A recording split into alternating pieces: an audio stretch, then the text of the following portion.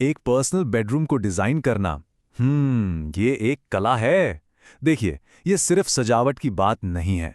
बात है एक ऐसी जगह बनाने की जो सच में पूरी तरह से बस किसी की अपनी हो। तो सवाल आता है कि भाई अपना बेडरूम डिजाइन कैसे करें। और जानते हैं, हम में से ज्यादातर लोग एक ही जगह से शुरुआत करते हैं। और वो जगह है इंटरनेट, है ना? हम सब यही तो करते हैं। लग्जरी बेडरूम डिजाइन सर्च किया, टॉप 10 आइडियाज देखे। पर एक मिनट रुकिए, क्या ये सही तरीका है? मतलब हम बस ट्रेंड्स के पीछे भागते रहते हैं और ये भूल ही जाते हैं कि हमें असल में चाहिए क्या।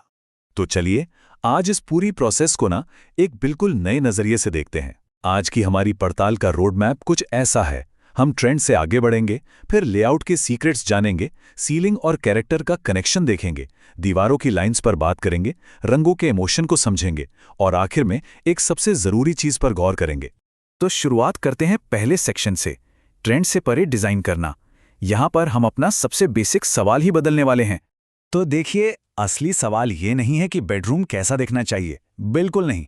असली सवाल ये है कि एक बेडरूम का मतलब क्या होता है। सोचिए, एक नौकरी करने वाले इंसान के लिए ये सुकून की जगह है, तो वहीं एक बच्चे के लिए ये एक खाली कैनवस जैसा है जिस पर वो अपनी दुनिया बनाता है।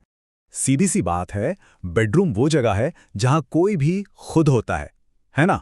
यहां कोई दिखावा नहीं करना पड़ता। ये जगह आराम और शांति के लिए है, किसी और को इम्प्रेस करने के लिए नहीं। चलिए, अब आते हैं दूसरे सेक्शन पर, लेआउट के रहस्य।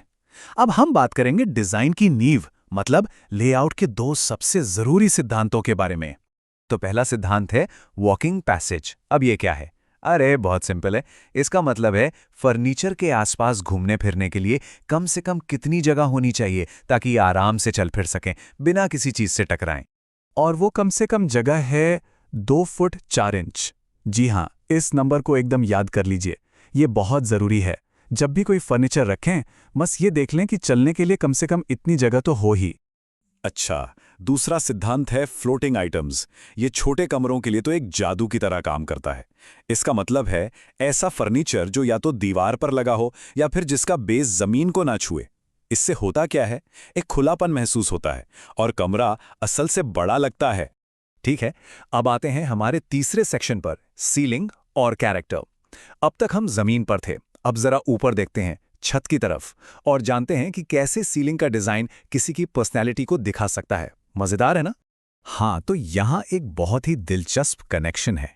जैसे कि जो लोग थोड़े जॉली, मतलब खुशमिजाज और बातूनी होते हैं, उनके लिए कर्व्ड यानी घुमावदार सीलिंग परफेक्ट रहती हैं। वहीं जो लोग थोड़े डिसिप्लिन्ड और शांत स्वभाव के हैं, उनके लिए 90 डिग्री एंगल वाली एकदम साफ सुथरी लाइंस की सीलिंग बेहतर है। और जो लोग बहुत ऑर्गेनाइज्ड और प्राइवेट रहना पसंद करते हैं, उनके लिए तो प्लेन फ्लैट सीलिंग सबसे अच्छी है। क्या कनेक्शन है? अब बारी है चौथे सेक्शन की, और ये कॉन्सेप्ट भी बड़ा अनोखा है। आपके पेशे के लिए कौन सी लाइनें सही हैं? मतलब अब हम देखेंगे कि दीवारों के डिजाइन को किसी के प्रोफेशन से कैसे जोड़ा जा सकता है। लेकिन उस पर आने से पहले एक प्रैक्टिकल बात कर लेते हैं। एक नज़र डालते हैं दीवारों की फिनिशिंग के बजट पर।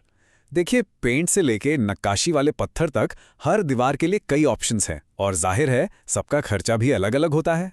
तो चलिए अब बात करते हैं लाइंस की साइकोलॉजी की। ये बड़ा इंटरेस्टिंग है। वर्टिकल यानी सीधी खड़ी लाइनें, ये दिखाती हैं ग्रोथ और रिस्क लेने की हिम्मत। तो ये एंटरप्रेन्योर्स या डॉक्टर्स जैसे प्रोफेशन के लिए एकदम सही हैं। फिर आती हैं हॉरिजॉन्टल, मतलब लेटी हुई लाइनें। ये दिखाती हैं स्थिरता, जो मैनेजमेंट रोल्स के लिए बहुत अच्छी हैं। और आखिर में कर्व्ड यानी घुमावदार लाइनें, ये सुरक्षा का एहसास देती हैं, तो ये टीम मेंबर्स के लिए बेहतरीन हैं।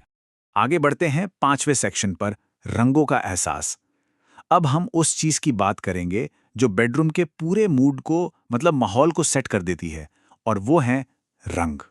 यहाँ 4 अलग अलग वाइब्स के हिसाब से कलर पैलेट दिए गए हैं। जैसे अगर एक लग्जरी या रिसॉर्ट वाली फील चाहिए तो ग्रे, सफेद और बेज का कॉम्बिनेशन बेस्ट है।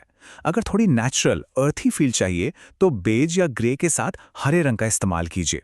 एक खुशनुमा और मिनिमलिस्ट लुक के लिए किसी भी एक रंग का लाइट टोन काफी है। और अगर कुछ मॉडर्न और यूथफुल चाहिए तो पीले या डार्क नेवी ब्लू जैसे ब्राइट और बोल्ड कलर्स ट्राई कर सकते हैं। और अब हम आ गए हैं अपने आखिरी छठे सेक्शन पर। ये वो अंतिम और सबसे अहम चीज है जो सच में पूरे डिजाइन को या तो बना सकती है या बिगाड़ भी सकती है। और वो चीज है लाइटिंग। जी हाँ, लाइटिंग। सोचिए, अगर लाइटिंग का रंग, उसकी जगह, उसका टाइप कुछ भी सही नहीं हुआ ना, तो सारा पैसा, सारी मेहनत बर्बाद हो सकती है। तो याद रखिए, सिर्फ आराम करने और सोने के लिए वार्म लाइट यानी COB लाइट का इस्तेमाल करें।